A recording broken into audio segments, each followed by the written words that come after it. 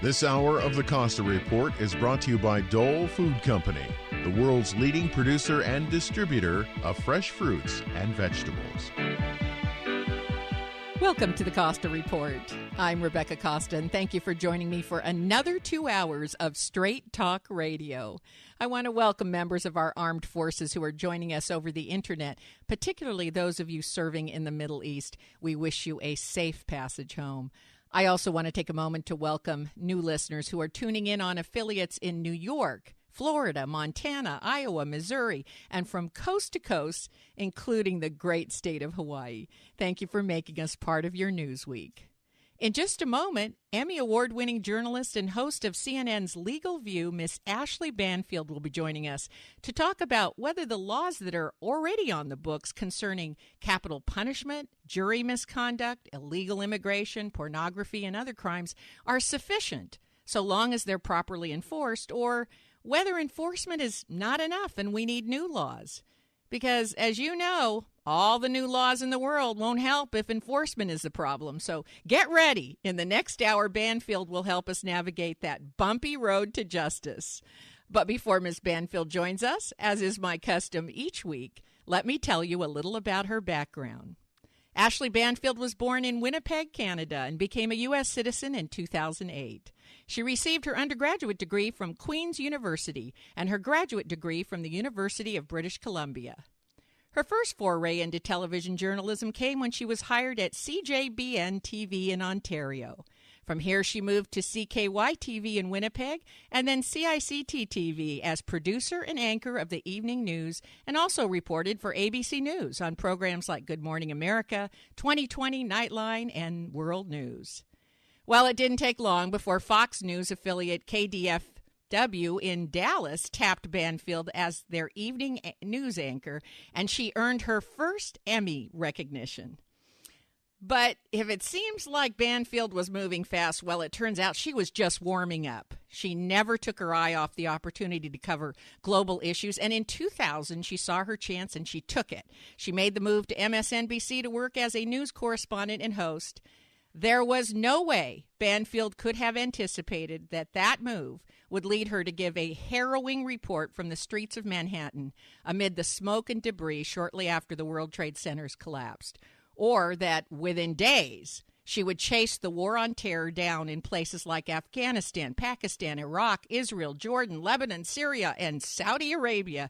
By 2005, Banfield was ready to shift her focus to domestic issues again. She joined Court TV as co-host of Banfield and Ford Courtside and host of Open Court. It was here that her popularity skyrocketed. So when the announcement came that Banfield had been offered an opportunity to host for CNN, well, it seemed like the logical trajectory for a journalist who has been on the forefront of breaking news since the late 80s. Today, Ms. Banfield is the host of the award-winning program Legal View with Ashleigh Banfield, where she continues to bring audiences the story behind the story. It's my pleasure to welcome to the Costa Report Emmy Award-winning journalist, Ms. Ashleigh Banfield. Thank you for joining us today, Ms. Banfield. Hi, Rebecca. What an incredibly nice introduction. Wow. I'm impressed with how impressed you seem. I bet you didn't know you did all those things. Well, you know, when you get old like me and you're heading towards your 28th year in television news, you start to forget a lot of stuff. Well, well, listen, it's great that we could remind you of some of your achievements because, listen, we both know I just touched the surface of it, but I could easily use up the whole program. So, what I thought was most fascinating is you said I turned my attention to domestic issues and got the job at Court TV. I was 9 months pregnant when I got the job at Court TV, and on my first day, ended up going into false labor and delivered early. So literally, I dived into domestic issues right away. Both kinds of domestic issues, I guess, yep. That we could say. You know, if you don't mind, I'd like to start our conversation today with an article you recently wrote about how a dose of tough love changed your life when you were a child. It was really a moving story about how, out of necessity, your mother became the primary breadwinner in your household at a time when it was frowned upon for a mother with 4 children to go to work. And in the article, you talk about how her positive attitude toward adversity really affected you. And I was wondering if you could share that story with our audience today. Oh, no, I'd be more than thrilled. CNN just recently did a whole feature with a number of our anchors on the person who changed each of our lives. And they asked us to reflect, back in the summertime, who is it and why? Who was it that made such an impact that it changed the course of who you became, how you became that person, what your career choices were? It had everything to do with the people we became as opposed to the news people we became. And when I said immediately, and I don't need to think that one over, it's my mother, the response was, no. Everybody says, your mother or your father was your biggest influence. We're looking for a real game changer, somebody who, came out of left field and really made a difference. And I had to say it's still her because I have never had anyone make me focus in a different way on adversity than my mom. And it started in the late 60s when I was a little one and I had 3 older siblings, all under the age of, 6.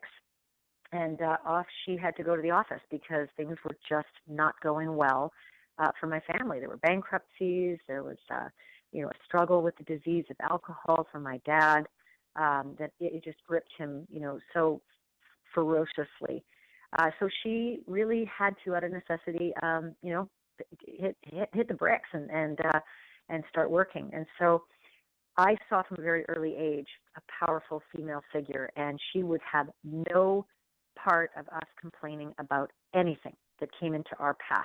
Nothing was insurmountable. And in a very kind and gentle and nurturing way, she made each of us 4 children see that, there is no excuse for quitting or suggesting life is unfair. Just do it. And so that's sort of the mantra I've lived by through all of the adversities that television offers, because it is not an easy road. No, not at all. In fact, you talk about expressions like soldier on and no excuses. And those are pretty familiar to me because I grew up in a military family where each of the kids were expected to do our part. And we had to find ways to overcome obstacles.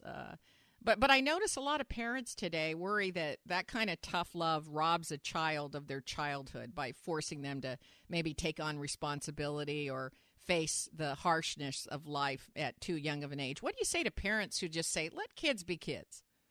Well, there's a lot of science that goes into sort of how we have evolved to the people we are. And I am not resistant to that science. I know that there's a lot more information now in the zeitgeist about spanking. Certain kids might react to spanking. Certain kids might actually struggle mightily with that kind of punishment. And there's more that's known now than was known in the 60s and 70s, and I respect that. In the same sense, I think there's absolutely nothing wrong with being tough and loving at the same time.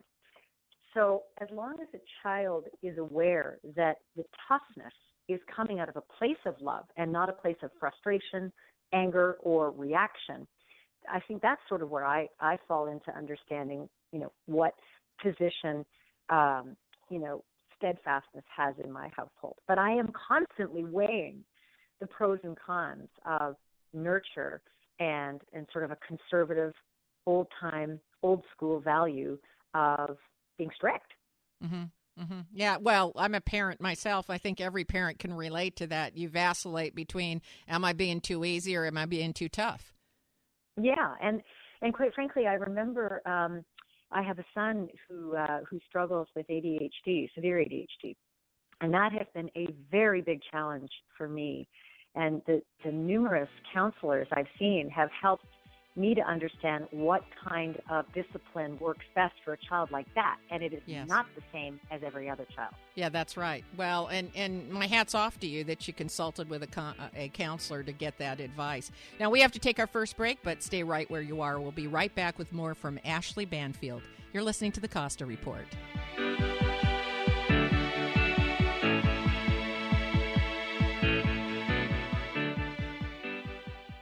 Do you love creating salads as much as you enjoy eating them? Hi, I'm Amy Tobin, cookbook author and culinary expert. Dole inspires fresh and wholesome dishes for any meal with their wide selection of salad blends and all-natural salad kits.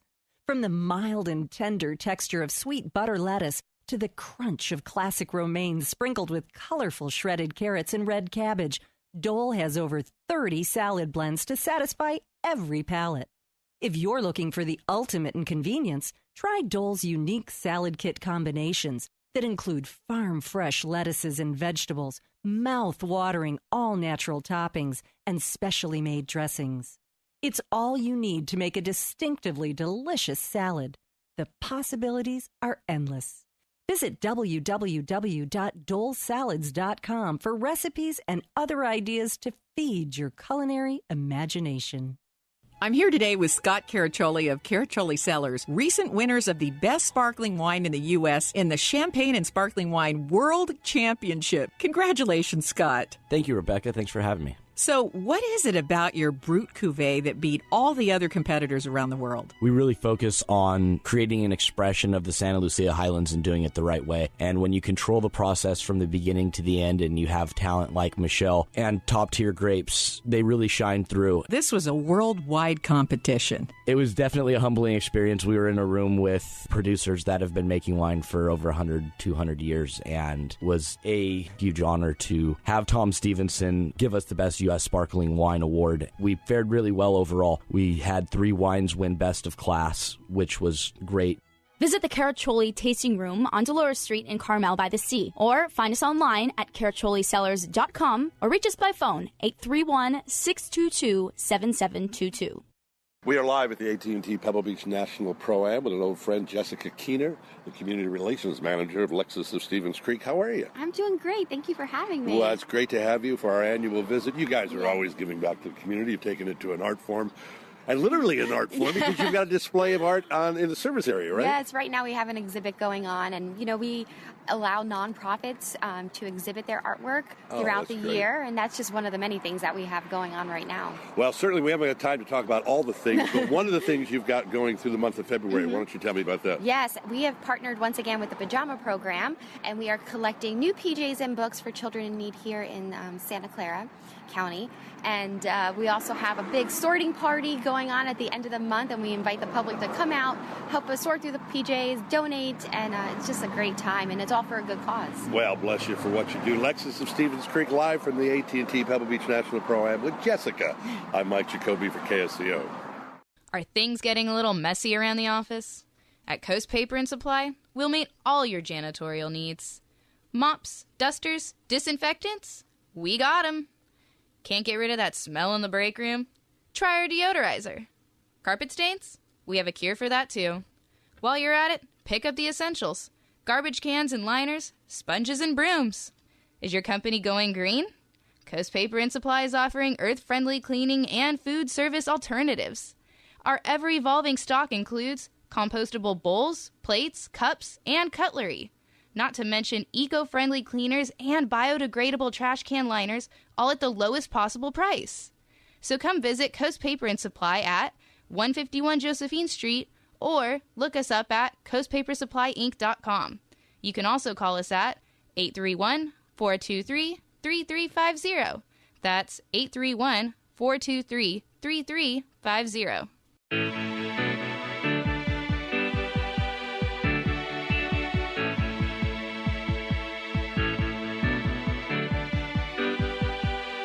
Welcome back to the Costa Report. I'm Rebecca Costa, and my guest today is Emmy Award-winning journalist and host of Legal View, Miss Ashleigh Banfield. And before the break, we were talking about the impact your mother had on you by doing something that we call leading by example. Now, there's an idea that seems to have fallen out of fashion. It's almost as though do as I say, not as I do has become the model. It has for a lot of people, I think. I think I got really lucky in a strange way. I don't think anybody back in 1967 would have said, wow, your family's gone bankrupt, the best thing that could happen to you personally and professionally in life. But, it started the ball rolling for my mother as a graduate of a home economics program who thought there's nothing I can do with this degree that's going to earn money for my 4 children and my family. But out she went. She started in real estate as a saleswoman, and she was laughed at by the men in the office. And I'll tell you, Rebecca, what's so incredible is you look back on those days, there were not professional wardrobes available to women in stores. No. So even to get dressed for the office was a bit of a challenge. And, of course, nobody had any dispensable income like that. So she really had to be very crafty at how she was able to get dressed every day, look a little different, and, wear the high-heeled shoes that women really had to wear. And so I watched all of this happen, and I thought this was normalcy, and it took a long time for me to realize how special our circumstances were. And, clearly my mom was able to blast past all these morons in the sales room. She ended up, starting her own company with 2 partners, and they blitzed right to the top of the ranks in the city where I'm from. Well, I think even in those days, the real estate, the people that made the decisions on the homes were the women. So what better real estate person could you have than a female that could talk to another female? Yeah. What was amazing is that nobody acknowledged that women were making a lot of those choices and were the best people to market to. But they were big hurdles for her to overcome and huge hurdles for me to watch her overcome. And with such grace and poise and success, that was the modeling that was great for me. And it made her a very organized, strict parent. Ask a busy person to get something done and it'll get done. Ask someone who's not busy and they'll probably take days. So I got a really good start. And you carried those lessons with you into a male-dominated, very, very difficult occupation. Not only did you cover a lot of headline cases for Court TV, you even take on really tough and challenging subjects. You recently interviewed the lawyer for Stephen Avery, the subject of the Netflix documentary of this corruption in a small town in Wisconsin, which led to Avery's conviction. And what was interesting about the interview that you did was it seemed to reinforce everything we thought about jury intimidation, misconduct, being so familiar with what goes on in these courtrooms. Aren't there some laws that would protect an accused from jury misconduct? I mean, we're not covering these things every day like you are. Why? No, listen, what has happened in that situation? There are plenty of laws on the books to protect the accused in a courtroom. It's whether anybody believes them or whether the accused ever finds out. That's the bigger issue.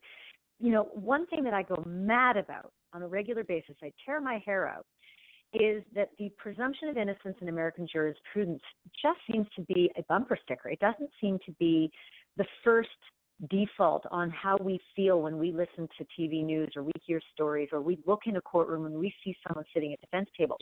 The first thing that comes to our mind is not that accused is innocent until those prosecutors do their job, right? The first thing that comes to mind is we raise our pitchforks and we start screaming about how they need to be hanged for what they've done. And that is what I am so apoplectic about on a regular basis. I feel like Americans have sort of somehow turned their pristine, I like to call it pristine, it ain't perfect, but it's pretty damn good if you look worldwide, our system of justice. We've turned it into an entertainment factory. And we forget that the most critical part of what we're doing is the proving part, the justice part. The prosecutors should not be getting notches on their belts for winning cases. They should not be touting winning records. They should be touting justice. And sadly, you do see a lot of pratfalls, like perhaps the case of Stephen Avery, where justice isn't done. Not even perhaps. Case number 1, without question, justice wasn't done. Case number 2, that's still up for a lot of debate, I think, for a lot of people. But it is a reminder to everyone, if they didn't already know it, that bad things can happen in courtrooms on both defense and prosecutors' side.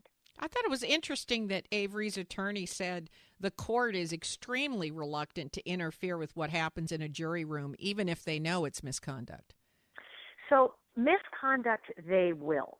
It's just what constitutes misconduct. And there's a competing wisdom here. If you are a juror, you are promised A free conversation with your fellow jurors. You have to have that. You have to be able to speak freely among those who've been presented with the evidence. And you have to feel as though there is no pressure from anyone or anything on the outside that will hinder your ability to confer and to deliberate. But there was in the Avery process. case. There was intimidation. In the system and how we set the system up, intimidation has to be physical, right? The fact that someone's a good debater is not considered an intimidation that's actionable. For instance, in a jury room, if you're a juror and someone across the way says, if you don't come around to our side, I am going to come over there and I'm going to clean your clock. Mm-hmm. That's now bordering on the physical, and yes, you can take that to the judge, and there will be a remedy for it. But if the guy just debates you and debates you and debates you, that's called deliberating.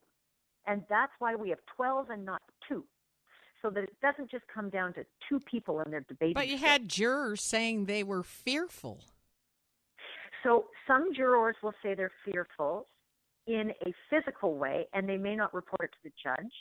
And other jurors will say they're fearful because someone was so overbearing. How And about again, those it's that say they line. were fearful because there would be police repercussion? That is where it becomes an issue. However, it needs to be raised at the time. This is the most critical thing. You're given so much information as a juror. You are made aware of these rights. You're given instructions till you're blue in the face.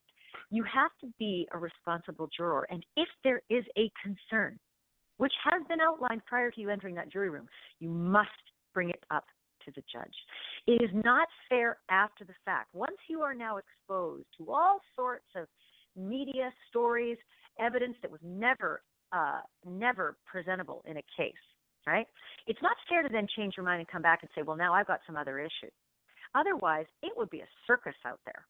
I mean, we have to trust our system, and we have to trust the jurors that take part in the system. And I have covered a case in which a juror said, I felt threatened, physically threatened, and they got rid of that juror. And So they said it during deliberations. During deliberations, and you have that instruction. If you feel there is anything going on in there that borderlines, physical threat, you bring it to the judge, and they will take action immediately. Very good. Now, we have to take another short break. When we return, we're going to talk about another controversial subject that is near and dear to Banfield's heart, capital punishment. So stay tuned. You're listening to the Costa Report.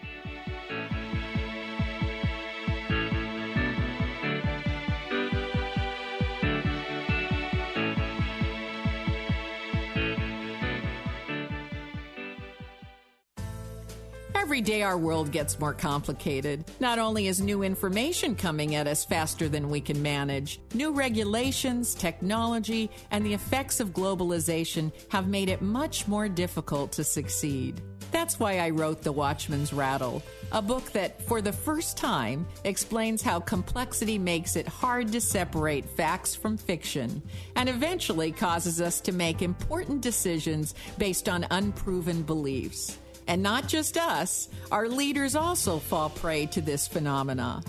But here's the good news. Once you know the symptoms to watch for, you can safeguard against them. So please, go to RebeccaCosta.com, that's RebeccaCosta.com, and order your copy of The Watchman's Rattle. It only takes a few minutes and the shipping is free. That's RebeccaCosta.com. Do it now. You'll be glad you did. Do you know a local resident or organization who has done something extraordinary in Monterey, San Benito, or Santa Cruz counties? Now is your chance to honor them. The American Red Cross of the Central Coast is seeking nominations of unsung heroes to be honored at our upcoming 2016 Central Coast Heroes Breakfast. Local heroes need not be famous, but simply a local person who went above and beyond when the need arose.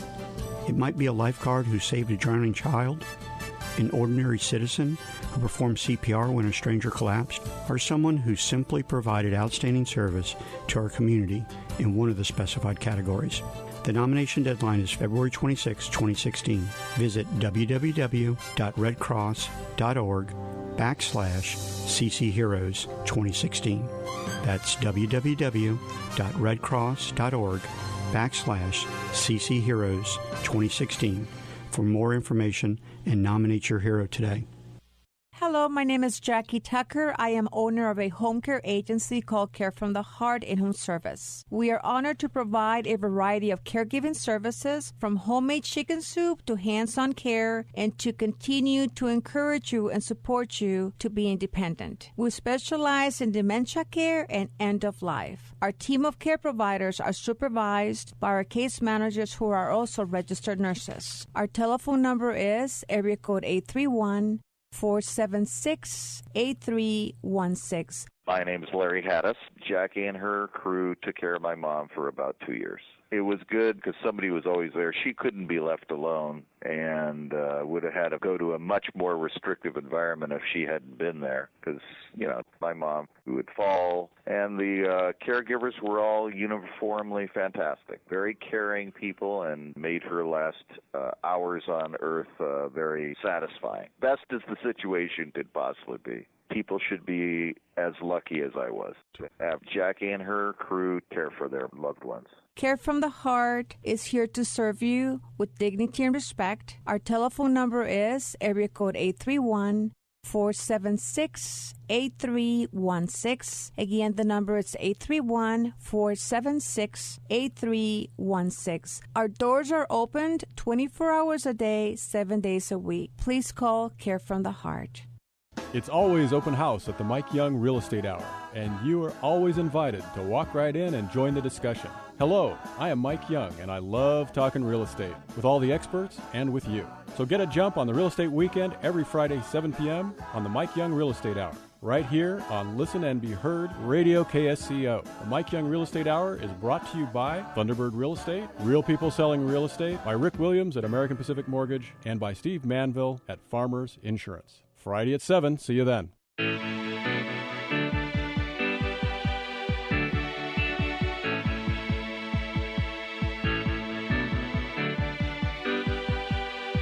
Welcome back to the Costa Report. I'm Rebecca Costa, and if you're just joining us, my guest today is Emmy Award-winning journalist and host of CNN's Legal View, Ashleigh Banfield. And we were talking about some of the laws which address jury misconduct and the need for jurors to inform the judge during the trial and not afterwards when little can be done. So let's talk about all these laws that we've got. In 2012, 40,000 new state laws went into effect, which spanned everything from driving golf carts to minimum wage, worker verification, new voting laws. That's 40,000 in 1 year, and that doesn't even count federal laws. Now, I am aware that ignorance is not a defense for breaking the law, but the odds that sooner or later I'm going to be doing something wrong, maybe I'm doing something wrong even sitting here right now. It feels like it's stacked against me. Am I just being paranoid? No, but I think there are great arguments for and against for those who are frustrated that there are too many laws and not enough laws being enforced.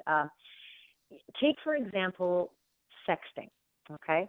It wasn't, 8-9 years ago, we'd not even heard of the term. And these poor little teenagers were out there sending little naked pictures of themselves to their boyfriend forever at 15 years old, only to have in 1 month that boyfriend then send that naked picture of now ex-girlfriend to all of his friends in the high school, after which it then became viral and went out onto the internet for perpetuity. Then comes the law. The only law that's on the books about this at that time is child pornography. Mm-hmm. And that 15-year-old boyfriend is now a child predator, and he is labeled as such for life, a dangerous offender. He must register wherever he lives. He can't live near a school. You see where I'm going? The laws had not caught up with us. We are doing things, learning things, finding things, becoming things at a rapid rate. And oftentimes, we need to catch up with those. So in that instance, that's sort of an example of where you do need new laws. Mm-hmm. You do need to figure out how to deal with the 15-year-old who didn't figure out how awful his behavior was, but certainly he wasn't a child predator. Okay, that's a great example. Yeah, that is a great example where technology has moved forward and our current laws don't address that technology. Certainly that young boy or those young kids shouldn't be labeled sexual predators for the rest of their life. But let's just take this new law in Wyoming. It says that if you build a building that's $100,000 or more, you are required by law to allocate 1% of that toward hanging art inside the building. That's a law in Wyoming. Yeah. I know you see. Wyoming. See, even you were quiet when I mentioned that law. And by the way, I had great fun doing the research, with my staff on this, because they were coming up with laws like every 5 minutes that we were dumbfounded by. Yeah. No, and I'll be honest with you. The reason I go silent is because I'm ticking away at the benefit of the doubt. I'm trying to figure out, could there be something here I'm missing that clearly was in great debate in the halls and the annals of the legislators in Wyoming? I hate making these sort of knee-jerk reactions to things that I'm not involved in, because oftentimes I become the fool if I jump into an argument and I don't know much about it. And I feel like that's sort of the issue with a lot of how we react to news on television these days. We get a bumper sticker, we get an expression, we get a quote, and then everybody goes, again, with the pitchfork. So I'm always trying to do, what my craft is, and that's benefit of the doubt. I appreciate that. And by the way, jump in. Just on the positive side, they did pass some very good laws, such as a drunk may not make a contract or agreement with another drunk. That was on their books. You may not fish using a firearm. A firearm may not be used as a fishing tool. There were some interesting laws there in Wyoming. So you'd have to be real clear about that one. You're not allowed to actually perform the sport of fishing using a firearm, or you're not allowed to pack heat while you're, because I kind of think if you're out there in the wilderness and there's grizzlies around, you might want to have a firearm while you're fishing, but that's just me. I'm from Canada. They won't the fine, I believe, was $700 if you shoot a fish. If you shoot a fish. Well, I agree with that. I think that's not fair sport. I mean, sport is sport, and let's keep it gentlemanly. But, there's the old thing, when you come across laws like the old rule of thumb, most people don't know what the old rule of thumb was based on. But it was based, hundreds of years ago on beating your wife. You could not beat your wife with a switch if the switch circumference was bigger than your thumb. So there are certain laws that, without question, we outgrow, we evolve. I'm sure at times there were laws about Christians and lions. So I'm always willing to listen thoroughly to arguments for and against why new laws and old laws either need to go or need to be instituted. But I like to think that people who are actually there and in the thick of it and know all of the arguments are actually the best to govern themselves when it comes to that kind of thing. I don't know what the art issue is in Wyoming, but maybe there's something there. What you say is logical. It's reasonable. I would expect nothing else of you. However, that's very kind. I'm very unreasonable after 5 o'clock. 40,000 new state laws in 1 year, though. Just the number alone is so daunting. Like I said, probably while I'm having this conversation with you, I'm breaking 10 of them. I'm pretty sure of it. And we've been talking about some fun things, but I want to get to a much more serious issue, and there's no greater need for reform than when it comes to the death penalty, a subject I know that you're very passionate about. So I was wondering if you could tell us a little bit about if there was something specific that drew your attention to capital punishment. I think our system, for starters, and how good we've become at detecting the, molecular smoking gun, we're really good with crime-fighting tools, which would make you think we are getting better and better at being more accurate when we make the ultimate decision and take someone's life, right? The truth of the matter is that we might be really good with the science, but we're really bad at just the regular stuff, which is handling the science. And so I have witnessed time and time again sort of catastrophic failures of perfect material, meaning the material is perfect and people aren't. And until people, and we're the only people operating those courtrooms out there, that as far as I can tell, there's no Martians that have come in and perfected the court system. It's just us people, us imperfect people. Until we can become perfect, I really have an issue with pulling the lever, I often say if I were the victim of that rapist and that murderer who took my mother's life, I would feel like I should be the one to pull the lever, right? Mm-hmm. But the lever has to be pulled evenly if we're going to make that choice for the entire country. It can't be selective. And we try case by case to be selective and only reserve it for the worst of the worst, and we fail miserably. And that's my problem. It's not so much about the philosophy behind whether it's right or wrong. I still go back and forth about that. It's about the imperfection of us. Mm-hmm. And I just can't, you can't get a mulligan when you screw up. And we screw up so often. Our labs are overloaded. You just need to go to Massachusetts to see one of the worst cases of lab malfunctioning. Mm-hmm. And if people's lives are on the line for that, I don't want to be the one to say it's okay. Well, to your point, 130 inmates have been released from death row since 1973 because of new forensic technologies. And in 2003 alone, 10 wrongful death row convictions were overturned. And these are pretty sobering numbers.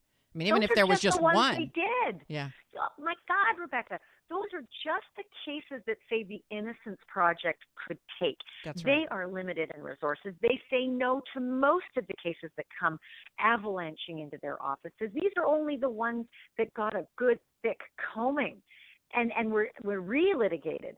There are, I would venture to say, thousands upon thousands of other cases out there where people were too poor or too ill-educated to be able to help in their own defense in the way they should have, didn't get the right kind of defense. And I'm not saying public defenders aren't fantastic. They are some of the best litigators in the country, but they're overwhelmed.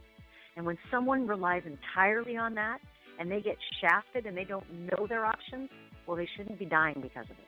Well, that's well said. We're going to pick this topic up on the other side of the break. Stay tuned. We'll be right back after these messages from our sponsors. You're listening to the Costa Report.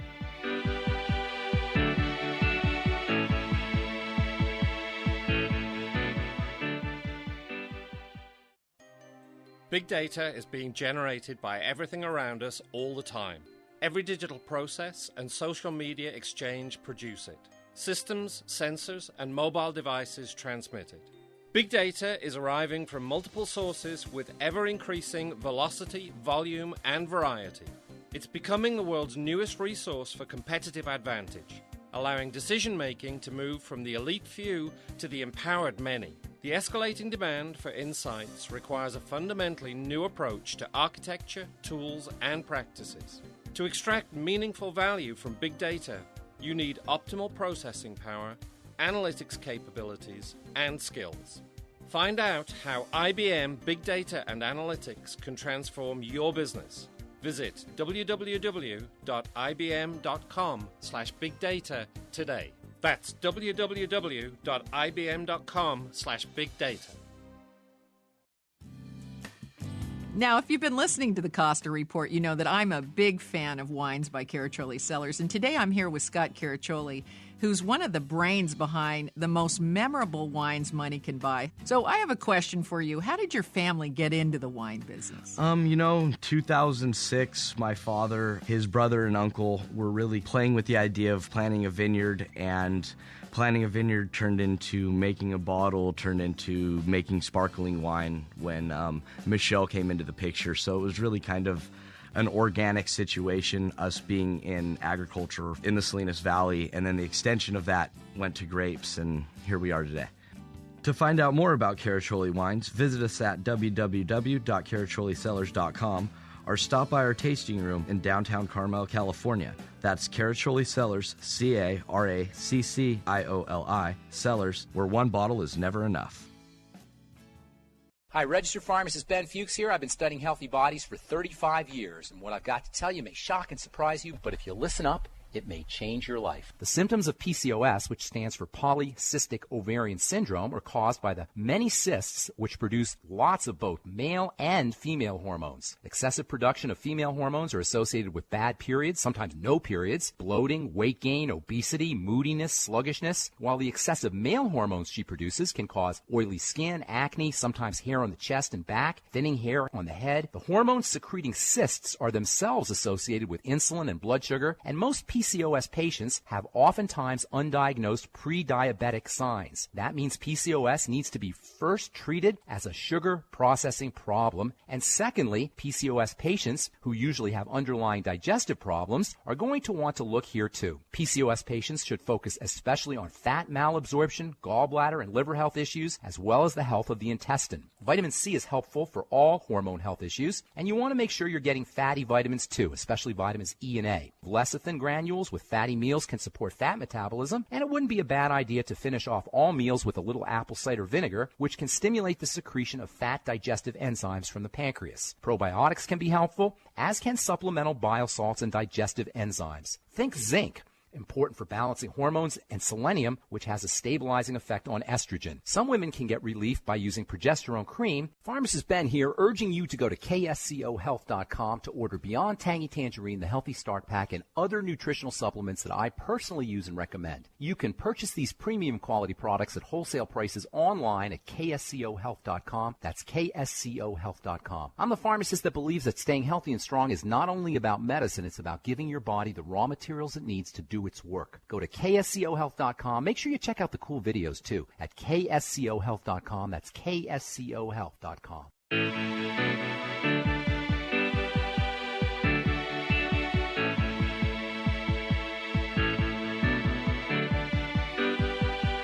Welcome back to the Costa Report. I'm Rebecca Costa, and if you're just joining us, my guest today is Ashleigh Banfield. We were talking about capital punishment. The latest statistics that we have for 2014 is that the U.S. ranks number 5 in executions amongst all countries, right after China, Iran, Saudi Arabia, and Iraq. But what I found most interesting is that we legally execute more of our citizens than places like North Korea, Pakistan, and Afghanistan. What should we make of that?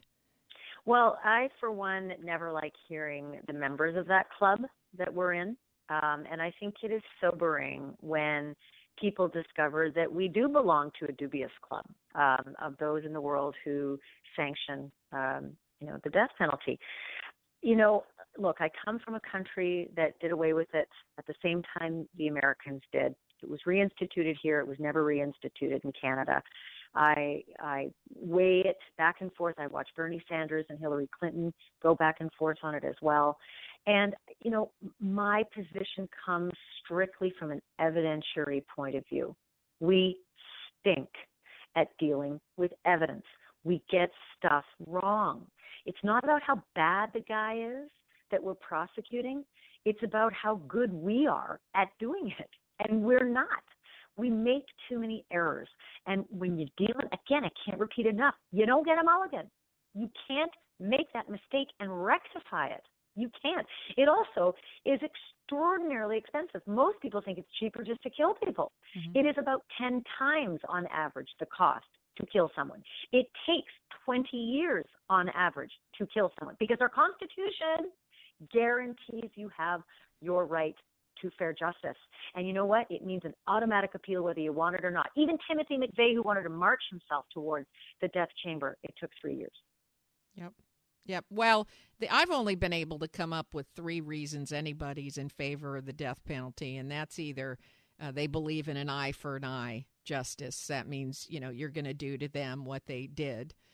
Second, that there's this mythology that it costs less money to execute than to house a prisoner, which, as you point out, is not true. And third, they have the third mythology is that the death penalty is a deterrent to crime, which there is absolutely zero scientific evidence that it ever does anything to deter crime. Yeah, most people who are that sick and twisted don't stop to think, what if I get caught? There is very little other than those who try desperately not to get caught and are premeditated in the way they go about their murdering. Very few of them actually think, but it is a death penalty state, so maybe I better hold off on this. There's so much passion involved and so much psychosis involved. I think you're spot on, Rebecca. I don't think it's a deterrent. And as far as the eye for an eye, I feel deeply for those I see on that other side of the courtroom all the time. They are destroyed. A murder destroys a lot more than one person. It's a domino effect of lifetime destruction. What do you think about what do you think about the families of the victims getting to weigh in on that? Well, that's why we've changed so much in our court processes over the last several decades. And now victims' impact statements are critical in the process. Victims' impact statements are part, make no mistake, of that process. And jurors get to hear that. Yeah. But but they're very limited. They can't weigh in on what they'd like to see happen to that convicted, but they can say what they've lost.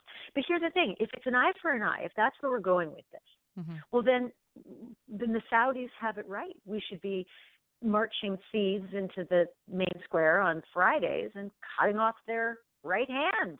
We don't think of eye to an eye in everything else that we're doing. We don't think of it because it's too abhorrent. But when it comes to death penalty, all of a sudden that argument goes out the window. And I get it. There's a strong passion, and I feel terribly for those who have been victimized. And I myself have never walked in those shoes. But I also don't think it's right to take the risk and take an innocent life based on other people feeling retribution. Now, switching gears for just a moment, we've got a tight presidential race on both sides of the aisle. Is there any particular candidate that you think has got the issue of the death penalty right? Well, everybody has, a different feeling about it. Hillary Clinton has been talking about how she feels that there is more need for accuracy and a rehaul, an overhaul, but she doesn't go as far as what Bernie Sanders says, and that is that it needs to be done away with. And so, listen, again, I don't weigh in on this. Yeah. I'm just asking. I'm asking because it doesn't seem to come up in the debates at all. If it is talked about, it's only brought up by a reporter or someone who has to intentionally bring it up. Bernie Sanders, I think, he's the only one who said it's just got to go. But he's the only one that's volunteered it. Exactly. And my issue is aside from the morality, you can state your morality. That's great. But back it up with the reality of what our system's offering right now. And if you want to go with the moral argument for it, well, then you better bloody well follow it up with a total overhaul of how we're adjudicating, because we're not doing a good job at it. Right. And you're coming at this from a different perspective. I don't hear you making a moral argument. I find you to be very empathetic to the victims and understanding that they may perceive the death penalty as justice.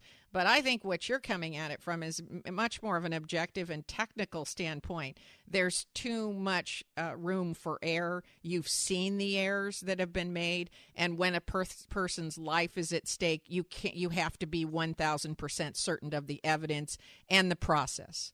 Right, and the issue here, Rebecca, is that we've gotten too satisfied with the perfection of DNA and forensic advances. But the problem is dum-dums are handling it and screwing it up. And that's my problem. Not that the science isn't great. The science is great. The people handling the science are the ones making horrifying, deadly mistakes. Mm-hmm. Well, now, we're almost out of time. Before we run out of time, do you have a website where people can go to get more information on your program and your views? So, it's so funny.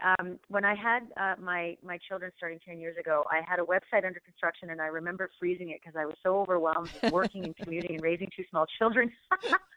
So it's the most outdated thing in the whole wide world. But, a lot of my material, especially the story we were talking about earlier, that the essay that I wrote on my mother as the influence in the video of her tough love approach that changed my life, that's on CNN.com. Mm-hmm. And most of the material that I do is via CNN.com because I just work all the time. They have a very nice website for you. Yes, I've been on the website. It's a very nice website. They have a lot of information there about your background, your views, and also your program. So for folks who want to get additional information, go to CNN.com and just type in Ashleigh Banfield and you'll get it. And I've also got CNN Ashleigh for Twitter and Facebook and lots of materials on there as well. Okay, great. Well, I'm afraid that's all the time that we've got today, but before we say goodbye, I'd like to take a moment to thank you for making time in your busy schedule to speak with us today and for your good work on the death penalty and capital punishment. Thank you, Miss Banfield. Right back at you. Thanks for being so thoughtful and thorough in your work. Well, terrific. And come back again. Come back and see us soon. It's a given. I would love it. If your station is leaving us after the first hour and you have a question or a comment to make about our interview with Ashleigh Banfield, you can email me at RebeccaCosta.com or drop me a note on Facebook, Twitter, LinkedIn. How do you feel about the death penalty? If it isn't a deterrent, and we've released more than 130 prisoners on death row because of improper forensic technologies, is this a practice we should continue? I'd love to hear your views because, as you could probably tell, I have a little bit of ambivalence myself on this topic. And if you happen to miss the full interview with Banfield, remember you can download previous episodes of the Costa Report from our website, Apple iTunes, Podbean, and our YouTube channel. And if you haven't yet visited our website, well, do that straight away because you're going to want to read our weekly blog, which expands on the conversations that we have each week with our guests. Last week, we featured a blog about the upside of collaborating with China in space. And this week, our blog will feature our conversation with Ashleigh Banfield concerning judicial reform. So be sure to go to RebeccaCosta.com and click on the word blog right there at the top of the homepage so you don't miss the backstory and the research that goes into every guest interview. You're not going to want to miss those blogs. I enjoy reading them afterwards myself. My guest next week will be here to talk about Iran's new economic freedom. Political writer and television host Steve Kornacki will be joining us to take a look at the impact relaxing trade and other restrictions with Iran will have down the road. Don't miss the always insightful Steve Kornacki next week right here on the only news program that puts policy ahead of politics. Now stay tuned for a second hour of Straight Talk Radio. You're listening to the Costa Report.